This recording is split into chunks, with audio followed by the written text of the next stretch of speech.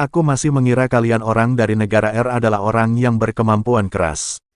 Telepon majikanmu, cepat, ucap Su Haoran. Pembunuh itu pun berkata, baik. Ia menyerahkan teleponnya ke Su Haoran. Su Haoran pun berkata, Song Xiaobao, aku salah. Aku seharusnya memanggilmu Shinji Yagiukan. Kamu jangan panik, aku secepatnya akan mencarimu. Setelah itu telepon pun terputus. Tuan Song bertanya ke Song Xiaobao. Apa terjadi sesuatu? Song Xiaobao menjawab. Ayah, kita sudah tamat. Su Haoran yang melakukannya. Tuan Song berkata, Su Haoran, Huya. Orang ini sudah terlalu menakutkan. Dia harus dihabisi. Ayah, apa kita bisa menghabisinya? Tadi Su Haoran bilang dia akan mencari kita. Bagaimana? Ayo kita kabur saja. Ucap Song Xiaobao terlihat panik. Tuan Song berkata, kita pasti sudah diawasi. Melarikan diri belum tentu berguna. Ambil laptop kemari. Aku perlu memasang iklan hadiah di platform bunga gantung. Mencari seorang pembunuh profesional yang benar-benar hebat untuk melawan Su Haoran. Song Xiaobao menjawab, platform bunga gantung, benar, selama kita bersedia mengeluarkan uang. Sin pun berpindah di sebuah pantai, seorang gadis cantik sedang bersantai, ia melihat poster buronan Su Haoran di platform bunga gantung, ia pun berkata, Ketua Huya, ternyata kamu sudah kembali ke negara Tiongkok. Masih ada orang yang ingin membunuhmu. Aku akan pergi ke negara Tiongkok untuk mencarimu. Sin pun berpindah ke villa keluarga Tang. Dua orang pelayan berjalan sambil berkata, Tuan muda baru kita benar-benar hebat. Seorang diri menghabisi 33 pembunuh. Luar biasa sekali. Benar, selain itu dia terlihat sangat tampan. Seketika itu mereka mendengar suara teriakan yang sangat kencang. Ah, guru? Apa ada separah itu? Ucap Qiao Yili. Su Haoran berkata. Tentu saja, kamu jangan sembarangan bergerak. Kamu harus secara aktif bekerja sama dengan perawatan tepat waktu. Tanpa diduga Tang Xinyi datang menghampiri dua pelayan itu dan berkata, apa yang sedang kalian lakukan? Dua pelayan itu terkejut dan menjawab, Nona besar. Tang Xinyi dan dua pelayan itu terkejut, mendengar suara teriakan Qiao Yili. Ah, guru, pelan sedikit, sakit sekali. Su Haoran pun berkata, tahan sedikit lagi. Tang Xinyi sangat marah, ia ingin memergoki mereka akan tetapi, dia ditahan oleh dua pelayan itu dan berkata, Nona besar, tenangkan dirimu, bagaimana aku bisa tenang lagi? Dasar mesum, bajingan, aku tadi masih sedikit kagum terhadap dirimu.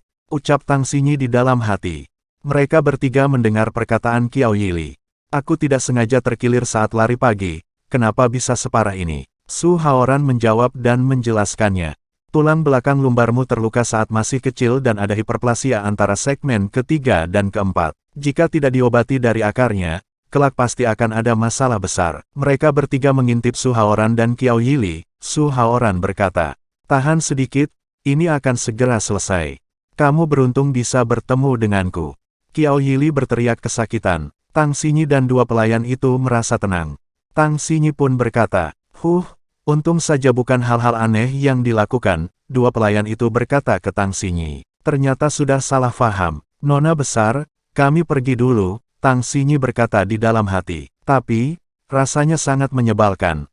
Jelas-jelas dia adalah suamiku. Kenapa malah memijat dia? Telepon Tang Xinyi berdering, ia mengangkatnya dan berkata, Halo, Siyu. Ia terkejut dan berlari mencari Su Haoran. Haoran, terjadi sesuatu pada Siyu, tadi, aku sedang teleponan dengannya. Tapi, belum berbicara terlalu lama, terdengar suara minta tolong.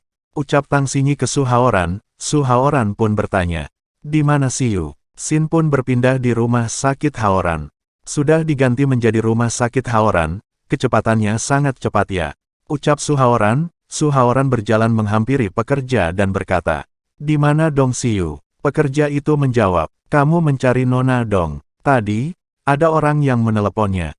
Dia sambil menelepon sambil keluar dan tidak kembali. Su Haoran berkata di dalam hati. Suara panggilan meminta pertolongan Siyu bahkan tidak mengganggu pekerja renovasi.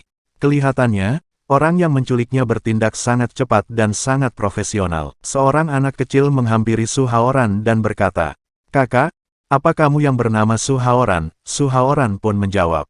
Benar, adik kecil, ada apa? Anak kecil itu berkata, dia bilang setelah kamu mendapatkan kertas ini, kamu akan memberikanku 200.000. Ya. Aku mengirimkan hadiah untuk domba iblis. Anak kecil ini benar-benar patuh. Ucap Su Haoran. Su Haoran melihat isi surat itu dan berkata, Bar Nightingale, menarik, dia ternyata tahu pasti aku yang datang menolong. Tapi, uang 200 ribuku ini tidak akan sia-sia dikeluarkan. Sin pun berpindah di Bar Nightingale. Su Haoran disambut oleh seorang pengawal dan berkata, kamu Su Haoran kan? Kamu datang cukup cepat. Pengawal itu pun mengajak Su Haoran masuk ke dalam bar dan mengantarkan ke sebuah ruangan. Pengawal itu berkata, kamu tunggu di sini dulu. Aku akan masuk untuk melaporkannya. Su Haoran menjawab, tunggu, aku ini orang yang tergesa-gesa. Lebih baik kita masuk bersama-sama saja. Sambil menendang pintu itu, pengawal itu berkata ke Su Haoran, apa kamu tidak ingin hidup lagi? Su Haoran dengan santainya mendorong pengawal itu dan berkata, ribut sekali. Pengawal itu pun terpental dan tumbang. Seorang pemuda dan gadisnya pun berkata, sombong sekali. Apa kamu tahu siapa aku? Kak, Tuan Muda Tong adalah penerus dari perusahaan logistik Tong. Kamu harus lebih sopan saat berbicara. Su Haoran pun menjawab. Orang yang biasanya menanyakan pertanyaan apakah tahu dirinya siapa.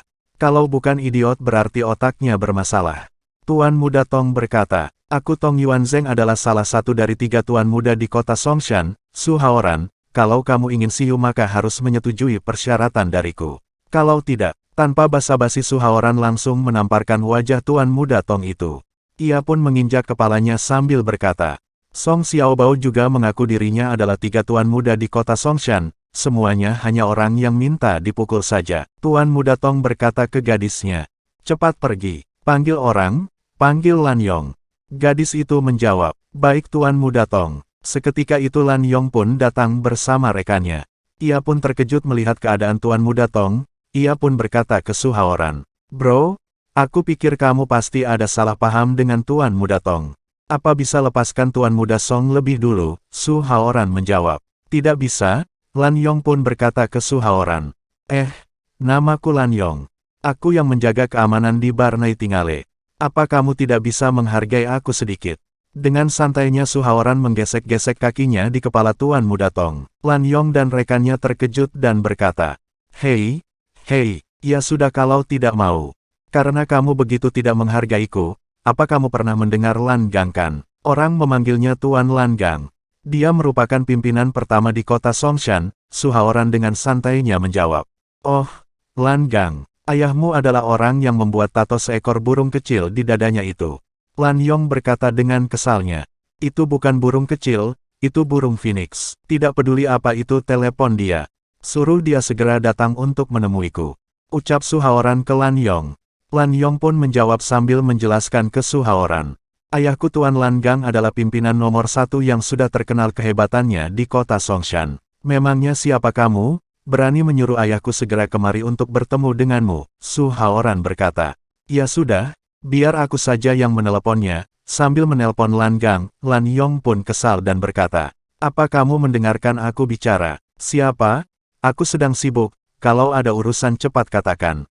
Ucap Lan Gang. Su Haoran pun berkata, Lan Gang? Apa kamu bisa mengenali suaraku? Lan Yong pun terkejut dan berkata, kamu punya nomor telepon ayahku? Sambil menunjuk Su Haoran, Lan Gang pun menjawab, Tuan Su, aku tidak salah mendengarnya kan?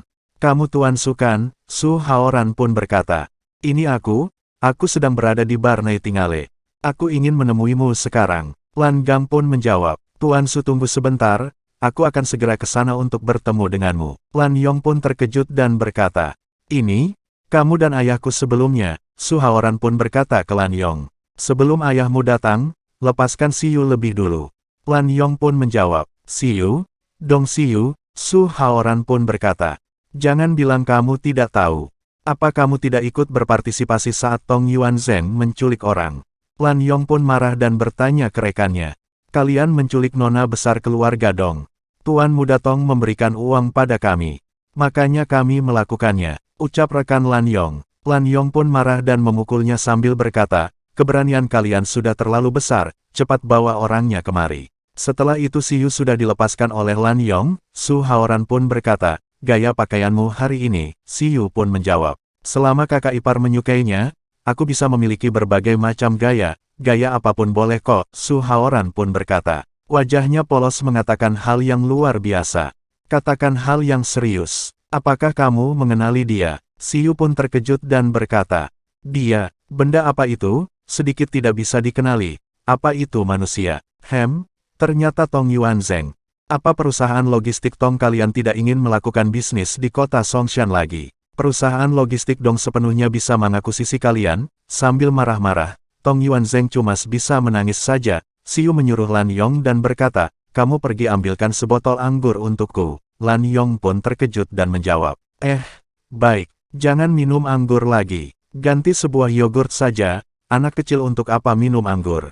Ucap Su Haoran ke Siyu. Seketika itu Lan Gang datang, ia berkata, ini benar-benar Tuan Su. Ayah, ucap Lan Yong sambil terkejut. Su Haoran pun berkata, Lan Gang, lama tidak bertemu. Tanpa diduga Lan Gang memukul wajah anaknya. Beberapa orang di sana terkejut melihat kejadian itu. Lan Gang pun berkata ke Su Haoran, Tuan Su, aku datang terlambat, anakku sudah membuatmu marah. Kamu beritahu ada hal apa, aku akan memberinya pelajaran lagi. Tong Yuanzheng berkata di dalam hati. Tidak tahu apapun langsung meninju anaknya sendiri lebih dulu. Aku sudah tamat. Su Haoran pun berdiri dan berkata, Lan Gang, kamu duduk di samping saja. Sekarang aku sedang memperhitungkan dengan Tuan Muda Tong. Lan Gang pun menjawab, tidak perlu, Tuan lakukan pekerjaan Tuan saja. Tong Yuanzheng, ucap Su Haoran. Ia pun terkejut. Su Haoran pun berkata, kamu menyuruh seorang anak kecil memberikan sebuah kertas untukku kan? Masih mengambil uang 2 miliar dariku. Tong Yuanzheng menjawab, 2 miliar? Su Haoran pun berkata, uang ini, apa aku perlu membayarnya? Kak, aku menyuruh anak kecil itu untuk meminta 200.000 denganmu. Bukan 2 miliar, ucap Tong Yuanzheng. Lan Gang pun berkata, bocah Tong, kamu berani mengatakan tidak? Tong Yuanzheng menjawab, benar ada hal seperti ini, aku akan membayar uang ini. Sambil menangis, Su Haoran pun berkata, aku naik taksi dari villa keluarga Tang ke rumah sakit, lalu dari rumah sakit ke tempat ini. Biaya taksinya sebesar 4 miliar. Tong Yuanzheng pun terkejut. Siyu pun berkata, kakak ipar, masih ada biaya kerugian untuk mentalku. Juga ada milik Siyu, itu juga tidak banyak, totalnya hanya 10 miliar saja ucap Su Haoran ke Tong Yuanzheng. Tong Yuanzheng pun terkejut sampai memuntahkan air. Ia memberikan kartu ATM-nya dan berkata, ada 10 miliar di kartu ini. Su Haoran berkata, aku hanya memelintir sendi tangan dan kakimu saja. Cari seorang dokter osteopati untuk mengembalikan posisinya, sambil menyimpan kartu ATM-nya. Lan Gang pun berkata, Tuan Su, aku akan menyiapkan jamuan untukmu nanti malam. Kamu harus datang. Su Haoran pun menjawab, Lan Gang, tidak perlu buru-buru makan. Hari ini kalau bukan karena putramu, aku bahkan tidak mengingatmu. Kamu bereskan masalah di sini. Kalau kamu berhubungan baik dengan perusahaan logistik Tong, suruh mereka untuk mengendalikan tindakan mereka. Lan Gang pun menjawab, Tuan Su tenang saja, aku jamin perusahaan logistik Tong tidak berani mencari masalah lagi. Terima kasih Tuan Su sudah bermurah hati hari ini. Su Haoran berkata, tidak masalah, aku pergi dulu. Lan Gang pun menjawab hati-hati di jalan Tuan Su, sambil memberi hormat. Lan Yong pun bertanya ke ayahnya, ayah, siapa Tuan Su ini? Kenapa kamu begitu hormat dengannya? Lan Gang pun menjawab, kamu masih ingat masalah saat aku diculik di luar negeri 2 tahun yang lalu. Waktu itu kalau bukan karena Tuan Su muncul, dia dengan tangan kosong mengalahkan 40 lebih penembak bersenjata aku sejak awal sudah mati. Lan Yong pun terkejut dan berkata, 40 orang lebih. Sin pun berpindah di depan rumah sakit Haoran. Di dalam sedang renovasi, kita jangan masuk. Ucap Su Haoran ke Siyu. Siyu menjawab, baik kakak ipar. Ia pun bertanya ke Su Haoran. Kakak ipar, bagaimana kamu bisa mengenal Lan Gang orang besar seperti itu? Kenapa dia begitu takut kepadamu? Su Haoran pun menjawab, itu bukan takut, tapi menghormati. Itu adalah masalah 2 tahun yang lalu, aku bahkan sudah lupa. Siyu pun berkata, kalau begitu, kakak ipar, pagi ini Kak Sinyi meneleponku. Sebenarnya dia memintaku untuk tinggal di tempat kalian. Apa kamu menyambut Siyu? Su Haoran pun terkejut dan berkata di dalam hati. Sinyi sudah bertekad untuk bekerja sama dengan Siyu untuk menyerang Qiao Yili. Su Haoran pun menjawab, aku tentu saja tidak keberatan. Villa itu juga bukan milikku. Siyu terlihat sangat senang dan berkata, kakak ipar benar-benar baik sekali. kelak aku masih harus banyak belajar darimu. Terlihat seseorang memanggil Siyu. Siyu pun berkata, Ibu, Su Haoran pun menyapanya. Bibi, Ibu Siyu pun berkata, kamu Haoran kan, benar-benar terlihat sangat berbakat. Kebetulan sekali bisa bertemu di sini. Sebenarnya kedatanganku kali ini untuk mencarimu. Ada seorang teman lama dari ayah Siyu, dia terkena stroke, kebetulan mendengar ilmu pengobatanmu begitu hebat. Haoran, apakah sekarang kamu punya waktu? Su Haoran pun menjawab, tentu saja, sekarang aku akan ikut denganmu ke sana, sambil tersenyum manis. Sin pun berpindah di kediaman keluarga Dong. Haoran benar-benar sangat berbakat. Aku dan ayah Sinyi adalah teman lama. Ucap Dong Yuan ayah Siyu, Su Haoran pun menyapanya. Halo, Paman Dong. Paman Dong di mana temanmu? Aku akan memeriksa penyakit pasien lebih dulu. Paman Dong berkata, dia ada di kamar tamu di atas, mari ikut denganku. Paman Dong pun mengajak Su Haoran pergi ke suatu kamar itu dan di depan pintu kamar ada dua orang prajurit yang menjaganya. Su Haoran berkata di dalam hati, ini adalah penjaga terlatih militer. Sebenarnya siapa yang ada di dalam ini? Terlihat di dalam kamar ada dua orang dokter dan satu orang pasien. Su Haoran pun berkata, ini, stroke, benar-benar tidak ringan. Paman Dong pun memperkenalkan orang itu ke Su Haoran. Haoran, ini adalah Kapten Zhang. Kamu seharusnya bisa melihat kondisi penyakitnya. Apa ada cara? Su Haoran pun berkata, Kapten Zhang, apa bisa membiarkan aku memeriksa nadimu? Kapten Zhang pun mengulurkan tangannya ke Su Haoran. Su Haoran pun memeriksa nadi Kapten Zhang dan ia mengaktifkan mata langitnya untuk melihat keadaan Kapten Zhang. Dua dokter itu pun berkata, kami menjadi dokter selama puluhan tahun juga tidak ada cara yang khusus. Sekarang malah datang seorang anak muda. Dia bahkan menggunakan metode ilmu pengobatan tradisional Tiongkok. Benar-benar tidak tahu diri. Semua orang bilang ilmu pengobatan tradisional Tiongkok adalah pseudoscience. Teorinya banyak, tapi nyatanya tidak ada gunanya sedikitpun. Su Haoran dengan tenangnya dan berkata, Kapten Zhang, strokemu tidak ringan. Hal ini bisa dilihat dalam sekejap. Ucap salah satu dokter. Su Haoran menjelaskan hasil pemeriksaannya. Jika dilihat dari nadimu, 10 tahun yang lalu kamu pernah menderita trombosis cerebral. Kemudian, terjadi 3 kali dan setiap kalinya semakin parah. Selain itu, biasanya kamu suka minum bir. Ini adalah alasan utama penyakitmu tidak bisa dikendalikan. Kapten Zhang pun berkata, hanya memeriksa nadi kamu bisa memahami begitu detail. Jika bisa disembuhkan, aku akan berhenti minum. Su Haoran pun menjawab, aku menyembuhkanmu dari akarnya, sama sekali tidak perlu berhenti minum. Cukup dikurangi saja dari biasanya. Apa benar-benar bisa disembuhkan dari akarnya? Ucap Kapten Zhang. Su Haoran pun menjelaskan ke Kapten Zhang, titik akupuntur, meluruskan meridian, memijat dari dalam nadi dan menguraikan trombus. Dipadukan dengan obat herbal, kamu akan langsung kembali pulih seperti semula pada hari itu juga. 1 minggu pulih sepenuhnya. Dokter itu pun berkata, benar-benar sembarangan berbicara. Kapten, kamu tidak bisa percaya dengan perkataan ini. Kamu tidak bisa membiarkan dia mengobatimu. Ibu Siyu pun berteriak sambil memarahi dua dokter tersebut. Apa yang kalian berdua katakan? Zhang sudah berhari-hari di rumahku. Kalian terus ikut untuk mengobatinya, apakah kondisinya membaik? Haoran bahkan sudah menyembuhkan penyakit lama dari putri Kapten Kufei dari negara E. Saat itu dia menggunakan akupuntur. Apa yang kalian tidak terima? Kalian dua dokter tidak berguna. Sambil memarahi dokter itu, Dong Yuan menenangkan istrinya dan berkata, Siyu, kenapa kamu masuk? Siyu sudah sebesar itu, jangan tanpa alasan lalu bertindak seperti wanita perkasa. Siyu pun menjawab sambil marah-marah. Aku tidak tahan melihat kedua sampah ini. Mereka sudah makan gratis di rumahku selama beberapa hari, tapi tidak berguna sedikit pun. Su Haoran pun berkata di dalam hati. Tidak disangka bibi ini begitu galak. Apa mungkin Siyu diam-diam mewarisi temperamen dari bibi? Kapten Zhang pun berkata, semua orang jangan berbicara lagi. Aku akan menerima pengobatannya. Dua dokter itu pun terkejut. Bocah, aku orang yang jujur dan tidak melakukan hal yang melanggar hukum. Tapi, jika kamu menyembuhkan aku, kelak jika kamu ada masalah apapun, aku pasti akan membantumu sekuat tenagaku. Ucap Kapten Zhang ke Su Haoran. Su Haoran menyiapkan 3 jarum peraknya dan berkata, hari ini aku akan membiarkan kalian melihat, apakah keterampilan medis yang dikumpulkan oleh para leluhur Tiongkok selama ribuan tahun itu benar-benar berguna atau tidak. Dua dokter itu pun berkata, Jarumnya, dari mana keluarnya? Su Haoran mengaktifkan mata langitnya untuk melihat beberapa titik saraf yang ada di kepala Kapten Zhang. Ia menancapkan 3 buah jarum perak di kepala Kapten Zhang dan menyiapkan beberapa jarum perak. Ia menancapkan jarum peraknya lagi, setelah itu ia memutar-mutar jarum itu. Seketika itu raut wajah Kapten Zhang sedikit demi sedikit kembali normal. Dua dokter itu pun terkejut dan berkata, wajah Kapten Zhang mulai kembali normal.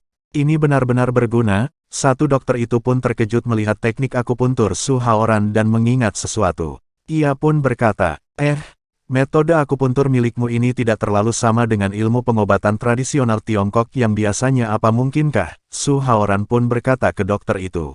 Oh, kalau begitu, kamu katakan apa yang berbeda. Dokter itu mendekat dan menjawab. Aku pernah mendengar ada sebuah metode jarum 7 bintang yang sudah lama hilang di dalam kitab Kaisar Kuning Luar. Orang punya 7 emosi dan 7 keinginan memiliki 7 bintang untuk menentukan biduk. Semua orang, ini adalah metode jarum 7 bintang.